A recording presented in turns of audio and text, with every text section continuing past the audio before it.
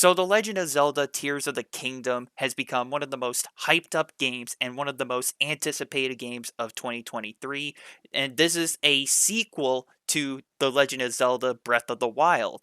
Personally, I beat Breath of the Wild. I love The Legend of Zelda Breath of the Wild. It took me a little while to get used to the mechanics and everything in the game, and I ended up loving it, and I'm glad I gave Breath of the Wild a second chance. But honestly, for The Legend of Zelda Tears of the Kingdom, I'm not gonna lie to you guys, I'm genuinely worried about this game, and I'm genuinely worried for a couple of reasons. But before I get into that, I do want to address one thing and say one thing before I get too carried away. For the sake of this game, I would have showcased some screenshots trying to explain what to expect in this game, what mechanics or we're expecting.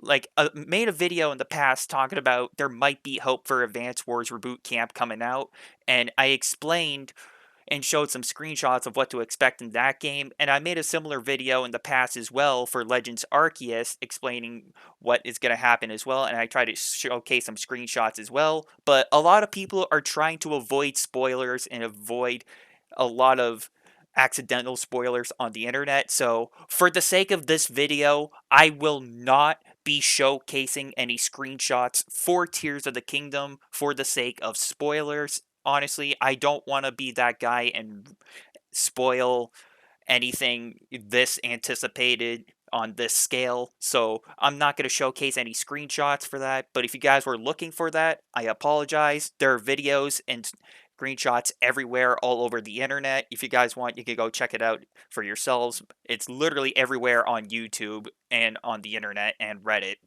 as well. But the point here is a lot of people are genuinely worried, and a lot of people are very concerned for Tears of the Kingdom, especially with the track record of the recent history that modern gaming has been going in. So, literally, the first two major titles this year, Jedi Survivor, has been launched in a terrible state with performance issues on PC and consoles. I heard the console versions were slightly better, but not really. And then we got Redfall, which ended up being one of the worst AAA games from Microsoft of all time in 2023. Honestly, I seen people play Redfall, it looked pretty awful. Honestly, I think that game dethroned Fallout 76 in terms of terrible releases and all, but I digress. And if you guys remember the recent track history of AAA game releases, it's been made abundantly clear that these AAA games, whether they're from Sony, Microsoft, or Nintendo, the track record is still there. And honestly, I'm genuinely worried that Tears of the Kingdom could end up as one of those games. We had Pokemon Scarlet and Violet, which ended up being one of the worst Pokemon games of all time. Yeah, the game sold incredibly well, don't get me wrong there, but a lot of people were calling out the performance issues and pointing out all the bugs and saying it was like a cyberpunk situation for Pokemon all over again. And then we got freaking Battlefield 2042. We got Cyberpunk, Fallout 76. I mean, you guys know at this point. I mean, the list just goes on and on. But the point here, what I'm trying to make is I'm afraid that Tears of the Kingdom could end up as bad as some of the other AAA titles.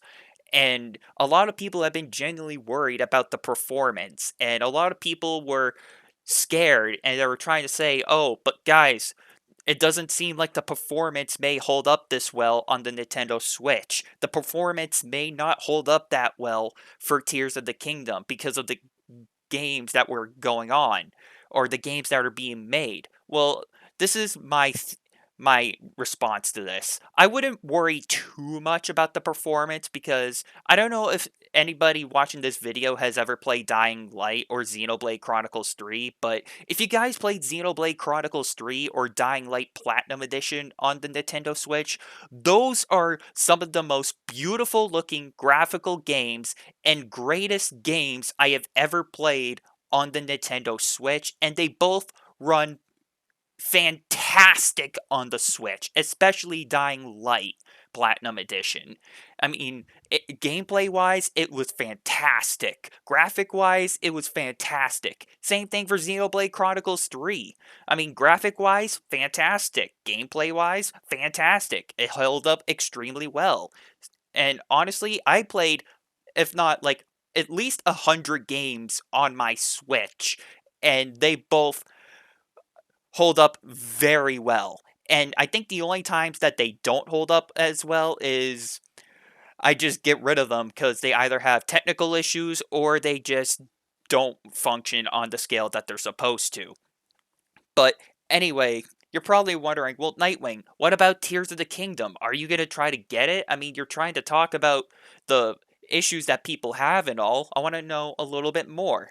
Well, unfortunately, I don't want to be the bearer of bad news, but I only know just as much as you guys do. I do know that I seen the trailer, I seen the gameplay. It looks pretty awesome. I will say the game does look pretty impressive.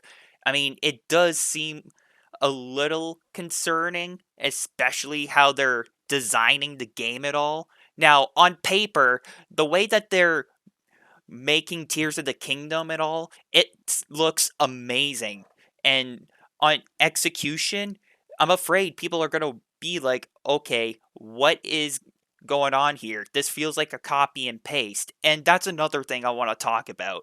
A lot of people are also worried that this is just going to be a copy and paste of Breath of the Wild. Like they're literally copy and pasting the Breath of the Wild world and they're going to put it in Tears of the Kingdom as a spin-off. And people are worried that this is just going to end up like a copy and paste game, but with literally just a few new add-ons and a few new items added to the game and all.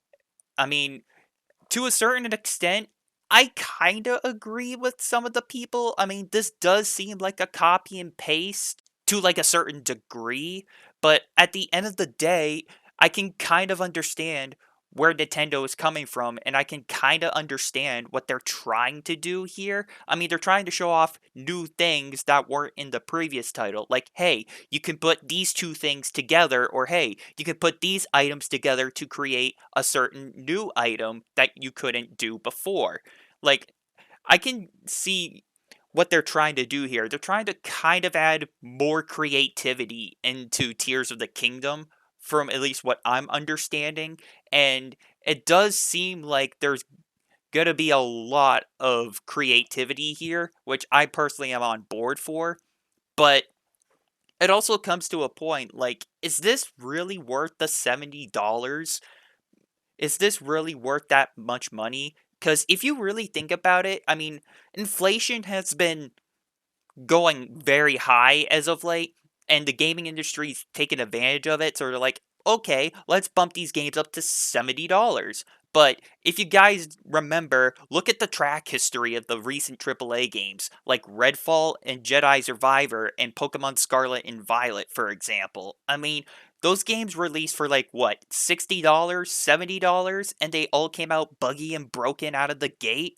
I mean, $70 for a unfinished product or a broken product is just not acceptable. And I'm not gonna lie to you guys, $70, I just still feel like it's way too much. Like $70 is a big ask from a couple of people in general. Like, if you want to get a video game for $70, it's pretty much a significant purchase. That's a big ask that you're asking for the players, is what I'm trying to say here. $70 is a lot of money. $60 is a lot of money too and all, but $70 is just, in my opinion, just a little too much. And I do not want to spend $70 on a game that I know is going to end up either buggy and broken right out of the gate, or end up having multiple performance issues that we can't do anything about.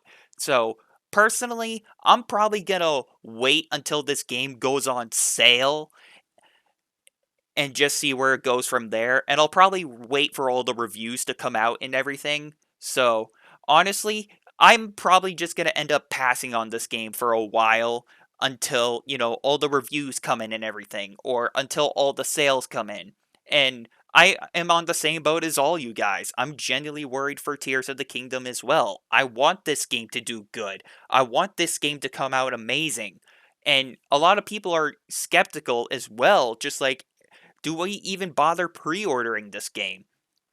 Personally, the last video game that I pre-ordered was, I believe, Advance Wars Reboot Camp, and I only pre-order video games that I'm guaranteed to play.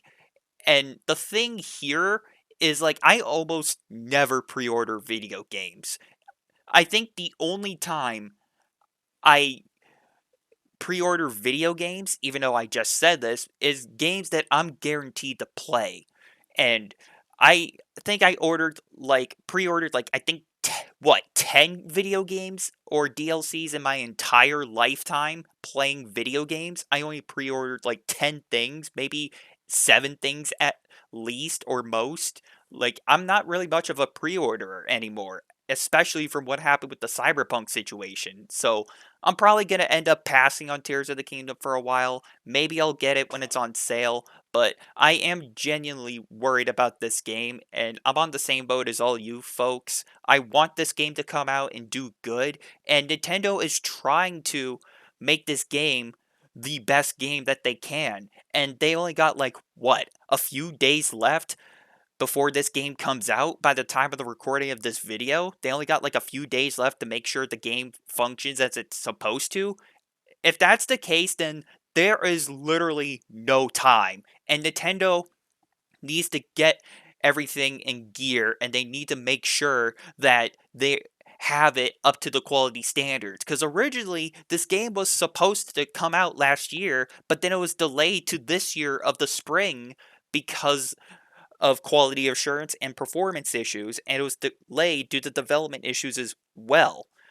But at this point, man, all we can do is just wait and see how this plays out. I mean, if it gets delayed last minute, I wouldn't be surprised, especially on a game of this scale. So, honestly, all we can really do is just play the waiting game here. So, we're just gonna have to wait and see how Nintendo handles this.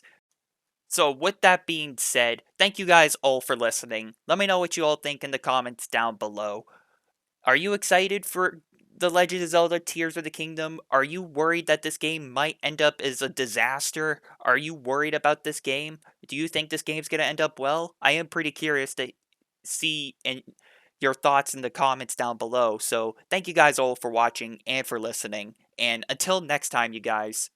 I'm talking about the hype surrounding The Legend of Zelda Tears of the Kingdom, and I'll see you all later.